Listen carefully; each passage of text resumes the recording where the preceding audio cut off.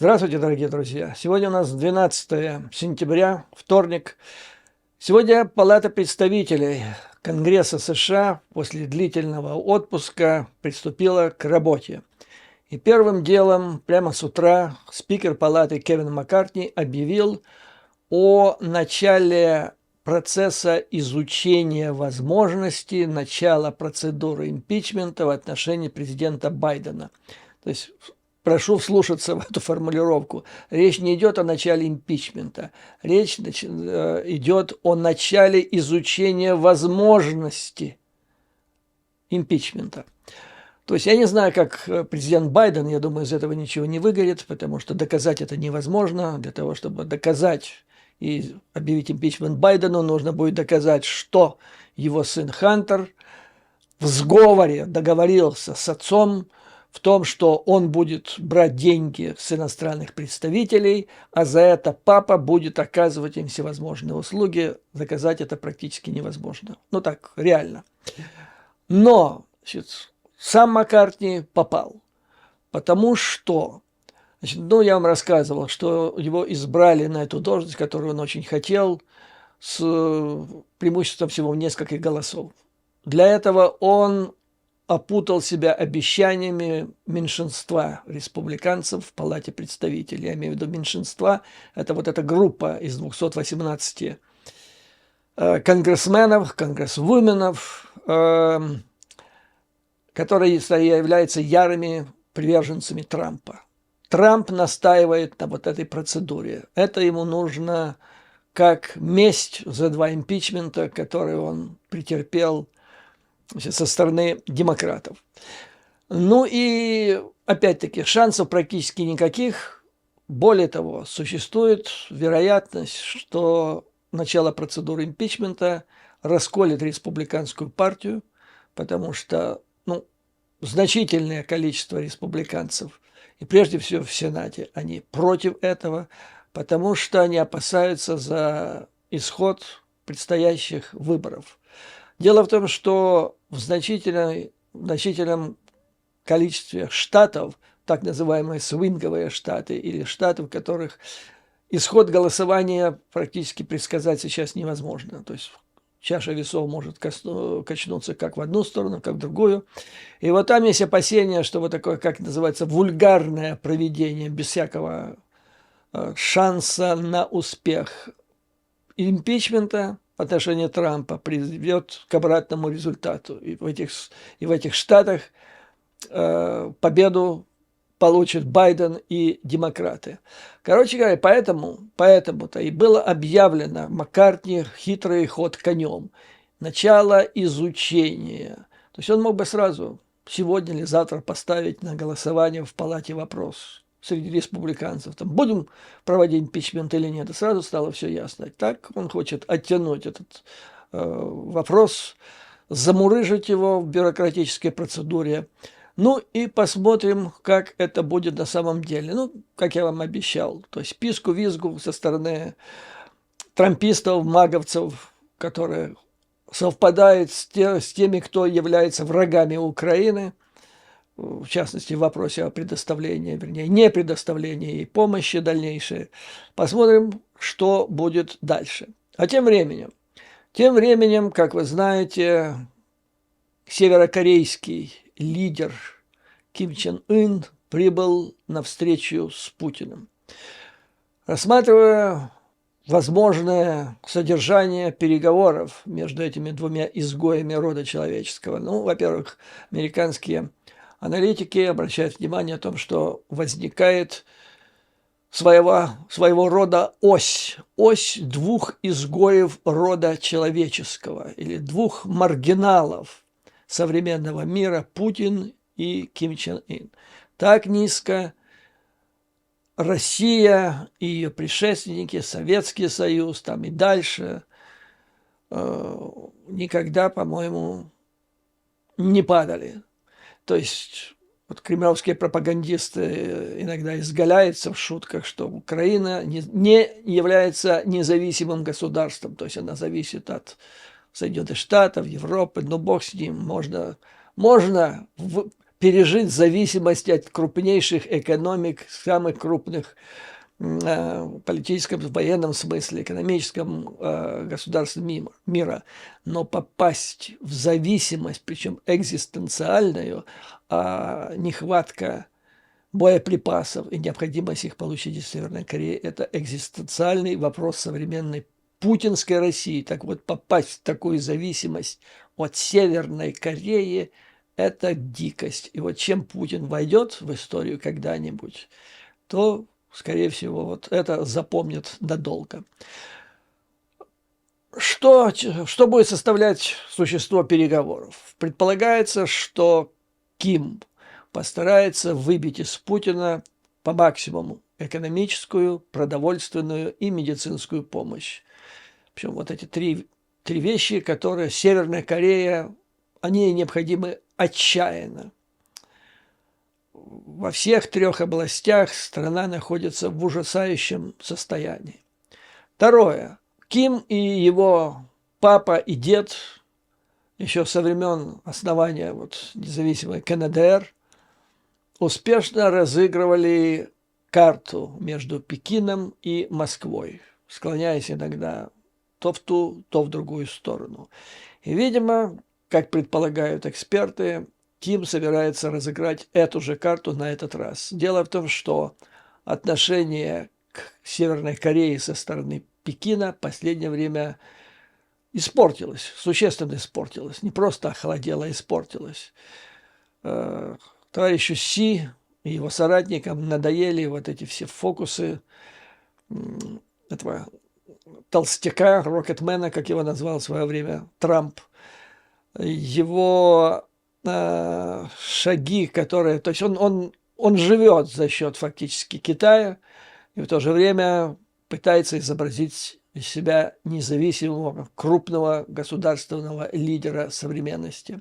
Это вызывает раздражение. Я беседовал месяца 3 назад с одним из китайских дипломатов здесь, для того, чтобы понять, как Китай относится к Северной Корее и почему они позволяют иногда собаке вилять, то есть позволяют создаться ситуации, в которых хвост виляет собака или наоборот. И он мне объяснил, говорит, люди они такие, если их не кормить, то страна, она придет в ужасающее состояние, в отчаяние, в полное отчаяние. И в такое отчаяние страна, в общем, как предполагается, ядерной бомбой может натворить и с ракетами, может натворить все, что угодно. Уж лучше их худо-бедно, но накормить. То есть вторую задачу, которую будет решать Ким, это разыгрывать российско-китайскую карту. И далее более амбициозная цель Кима будет в обмен на боеприпасы и некоторые виды оружия, которые хочет получить Путин, ему будет выдвинут список того, что хочет получить в области новейших вооружений Корея. Это касается спутниковых систем, то есть, может быть, не самих изделий, но технологий спутниковых. Дальше создание ядерных подводных лодок, затем создание твердого топлива для ракет, в том числе баллистических ракет. И, наконец, создание системы противоракетной обороны. В частности, вот эту ПРО путинская Россия делает для Китая уже много лет. Это, пожалуй, одна из немногих сфер, где Россия может оказать существенную помощь Китаю и оказывает. То есть это ноу-хау этой области. Технология – это святая святых любого государства. Это обычно не делится с кем-то, потому что это нужно для своей собственной обороны. То, что ты сегодня чем поделишься с кем-то, завтра тебя этим же и накроют. Поэтому это ход отчаяния. То, что Россия делает, помогает в этой области Китаю, но теперь это же хочет получить и Ким. А тем временем тем временем, значит, России нужно не так уже много по номенклатуре боеприпасы. Какие боеприпасы есть у Северной Кореи? Предполагается, что значительная их часть это еще с тех времен, со времен Корейской войны, начала 50-х годов. Ну и дальше там были кое-какие поставки. Многие из них уже негодны. Я вам рассказывал, что, как это говорилось в печати, в кавычках, одна из дружественных Украине стран захватила корабль, который перевозил эти боеприпасы северокорейские. И содержимое этого корабля было передано в ВСУ. И ВСУ попробовали, их постреляли. И вывод был такой неутешительный в отношении качества боеприпасов. Даже такой вердикт был, что для тех, кто стреляет, то есть эти боеприпасы могут быть опасны для тех, кто ими пользуется. Вот в таком они состоянии. Но это, собственно говоря, свидетельствует о отчаянном состоянии Путина, его вооруженных сил на полях сражений в Украине. Ну и что еще? Что еще Путин может с этого получить? Он может получить возможность создать миф, такой образ, что вот типа я могу вам, то есть Западу, еще одну гадость сделать. То есть тут идет соревнование не в том, что там положительное, что-то серьезное, полезное сделать, в частности для своей собственной страны. Речь идет о том, какую я еще могу гадость сделать для Запада.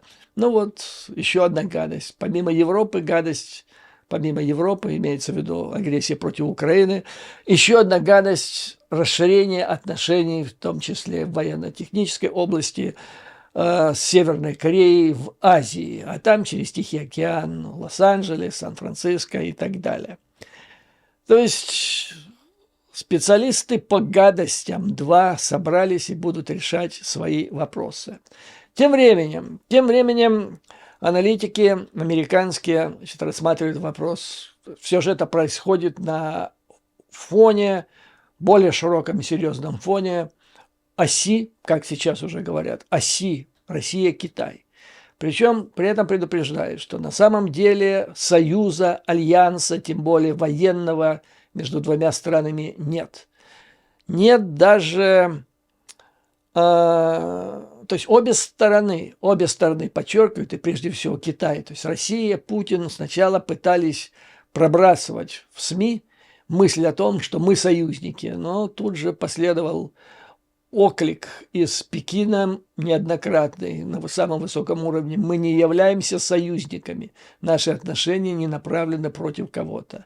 И у нас нет соглашения, что если на одну из сторон там, нападет кто-то, то другая сторона вступится. Это необходимо то есть это необходимый атрибут для союзнических отношений. Так вот их нет.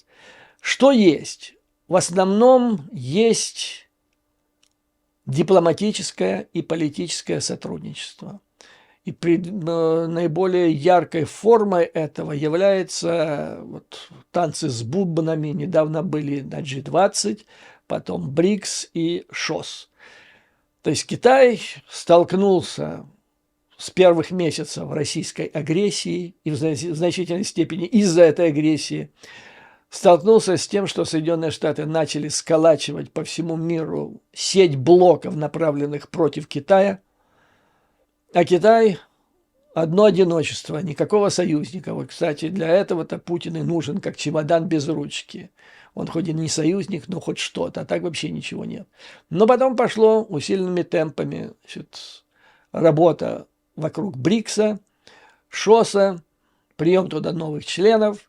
Я вам рассказывал, что это значит на фоне закончившейся встречи G20. То есть из G20, видимо, Китай решил отвалить, потому что там сильная позиция американцев. А вот что касается БРИКС и ШОС, то там будет создаваться антизападный мир. Насколько это дальше пойдет, ну, пока это планы на воде написанные, потому что идея о том, что когда-то БРИКС создать свою валюту и финансовую систему, которая заменит Международный банк, которая заменит доллар, это пока все это утопия. Как дальше будет развиваться двусторонние отношения. Есть три варианта. Первый вариант. Если не будет каких-то особых потрясений в одну или в другую сторону, так оно и будет. То есть, в принципе, обе стороны нужны друг другу хоть как-то. То есть Путин не все получает от Китая, что хотел бы. Китай тоже от Путина не все получает. Ну, вот так они играются на международной арене, пока в политические, дипломатические игры. Но если Путин потерпит жесткое поражение в Украине, тогда предполагается, что Китай, в принципе, может активизировать свою военную помощь сверх того, что он сейчас оказывает. А сейчас, повторяю, и это факт, в всяком случае об этом говорят правительства стран НАТО, их разведслужбы, нет пока серьезных доказательств о серьезном нарушении санкционного режима со стороны Китая для оказания военной помощи России. Но, повторяю, значит, это может измениться, если Путин начнет терпеть серьезное поражение в Украине. Второй вариант. Если Китай попадет в проблему, ну, вяжется, допустим, в тайваньскую авантюру или еще в какую-нибудь, и там начнет или разгораться, или подойдет к этой точке кипения конфликт с Соединенными Штатами, тогда предполагается, что Россия даже без просьбы Китая может предпринять какую-то авантюру на международном арене по собственной инициативе, для того, чтобы показать свою товарищу Си, показать, вот какие они верные вассалы, но и за это затребуют увеличение военной, экономической помощи и так далее. Ну и фундамент, на котором все это строится сейчас, это все более мрачные перспективы экономики Китая. То есть тучи там сгущаются с каждым днем все больше. Вот такая у нас ситуация. CNN вчера сообщила вечером. Ожидается, что президент Джо Байден вскоре примет окончательное решение о первой отправке ракет «Атакамс». Это важный шаг, который был рекомендован и Госдепартаментом, и Пентагоном. Последняя неделя обсуждения этого вопроса существенно активизировалась. Вероятность того, что это произойдет, гораздо выше, чем когда-либо. То есть, как один сказал чиновник, знакомый с ходом обсуждения, что решение, он ожидает, будет принято позитивно. Я просто не знаю, когда это произойдет. Еще раз обращаю ваше внимание, то есть, вот я вам говорил, это уже, по-моему, третий раз за последние пару недель, когда я цитирую различные источники массовой информации Соединенных Штатов Америки. То есть, если бы этот вопрос был в подвешенном состоянии, столь часто утечки по поводу того, что решение уже практически готово, вот-вот оно будет, таких бы утечек столь часто бы не делали. Видимо, вопрос действительно в принципе принят. Я об этом рассказывал еще 11 августа. И то, что сейчас происходит, это можно назвать вареньем лягушки, то есть на медленном огне. Создание, приведение Кремля и Путина в нужную кондицию. Ну, пока я думаю, что вопрос, то есть план осуществляется успешно. Хотя в одном из следующих видео я вам расскажу о том, то есть мы с вами поговорим о том, стоит ли варить эту лягушку на медленном огне и почему было принято это решение. А это объясняет практически все.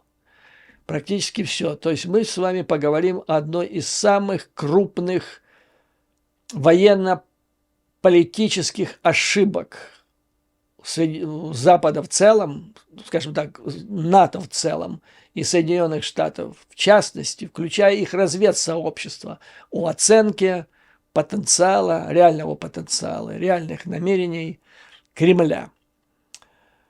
Ну вот, значит, это первое объяснение, почему все чаще в последнее время происходит утечка по поводу Атакамс. То есть да, для того, чтобы уже привыкли к этому, что решение вот оно уже все. Чтобы это было не было неожиданностью. Видимо, какой-то правильно в этом деле, сермяжная правда и смысл в этом деле есть. Но есть еще одно соображение. Ну вот в частности, есть такая школа мысли, которая придерживается той точки зрения, которую я вам сейчас расскажу. И в частности, она была выражена Даниэлем в статье, подписанной Даниэлем Байером, который с 13 по 17 год был послом Соединенных Штатов Америки в Организации по безопасности и сотрудничеству в Европе. Вот в чем заключается позиция сторонников этой теории. В том, что в ближайшее время Путин не будет сидеть ждать, то есть сложа руки и ждать в надежде, что войну на истощение он выиграет. Представители вот этой теории считают, что затяжка военных действий в Украине не на пользу Путина.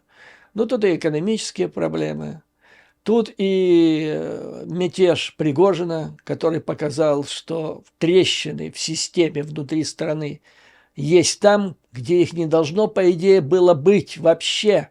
Об этом и говорить невозможно было даже представить. А что уж говорить о тех там в других местах, где теоретически невозможно, ну, той же самой экономике. То есть ситуация показалась гораздо хуже оказалась, чем можно было предположить. В военном деле тоже не ахти как все обстоит. Не зря он едет на встречу с изгоем, со вторым изгоем Кимом. Плохо с боеприпасами. Отчаянно плохо. Приходится брать даже те боеприпасы, которые не лучшего качества.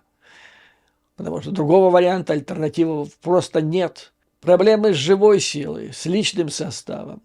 Не хочется, то есть не то, что не хочется, а рискованно объявлять всеобщую мобилизацию. Подготовленных кадров нет, хорошо подготовленных.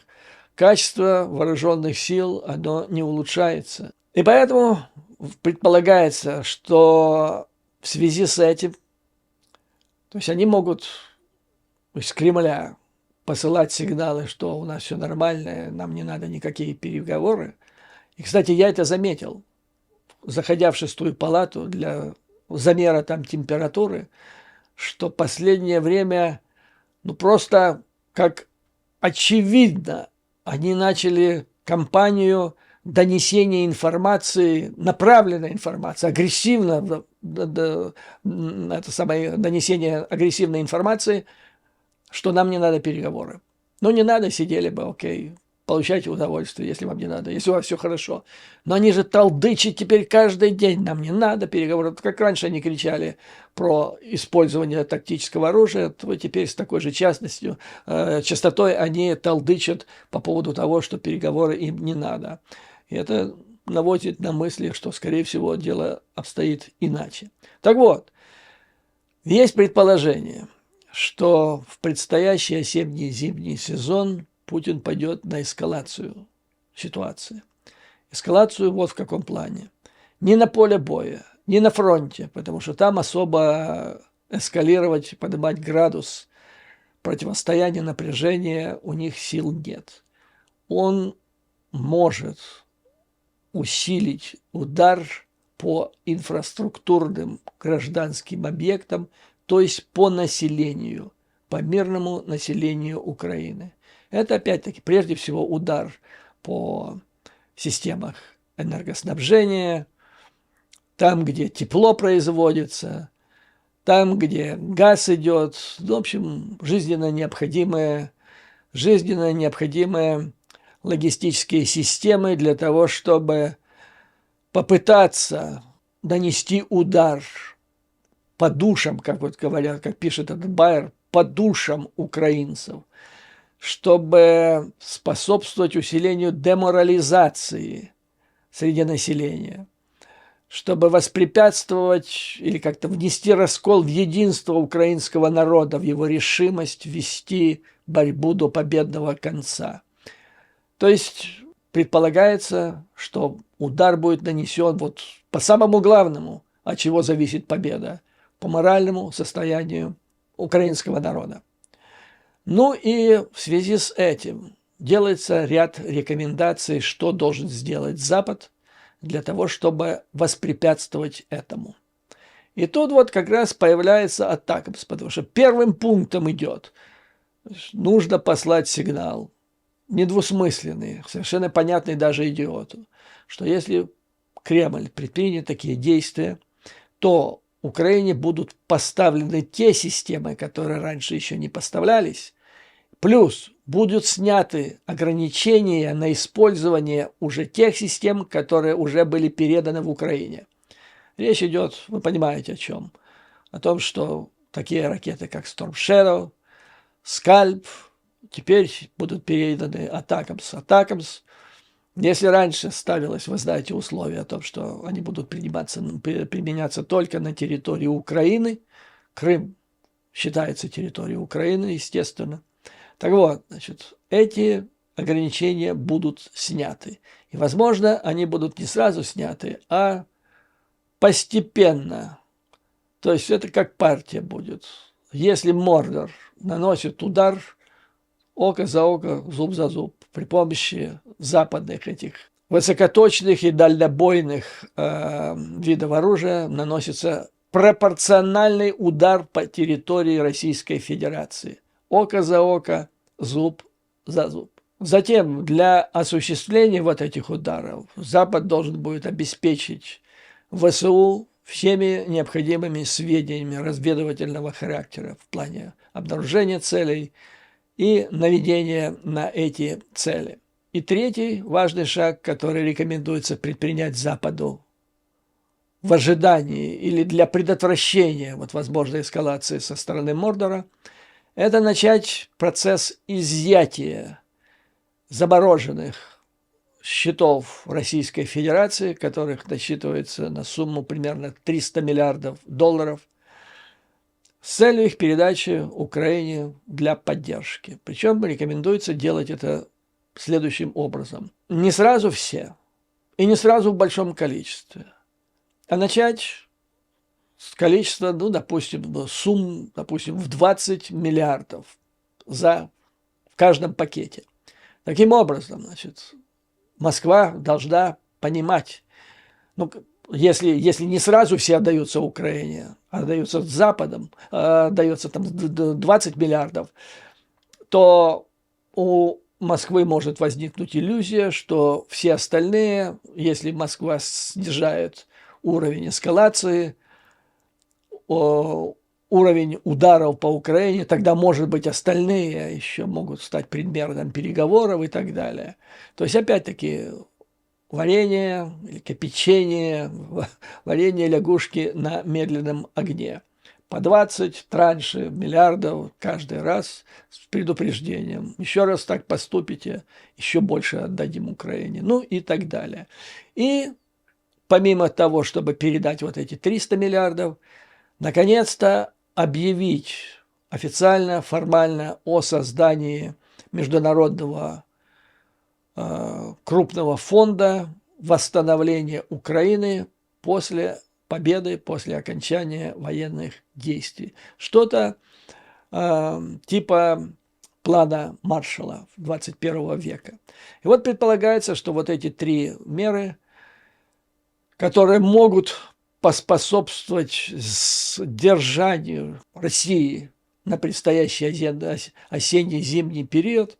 Ну, а тем временем в ВСУ будут укрепляться будет осуществляться дальнейшее укрепление с точки зрения вооружений, а также продолжаться тренировка на, возможно, более высоком уровне. Вот, собственно говоря, что я хотел вам рассказать, господа, в этом видео. В заключение, как всегда, слава Украине и ее вооруженным силам. Враг будет разбит, победа будет за нами. А вам, друзья, как обычно, выдержки, мужества и твердой веры в нашу неизбежную победу. До новых скорых встреч!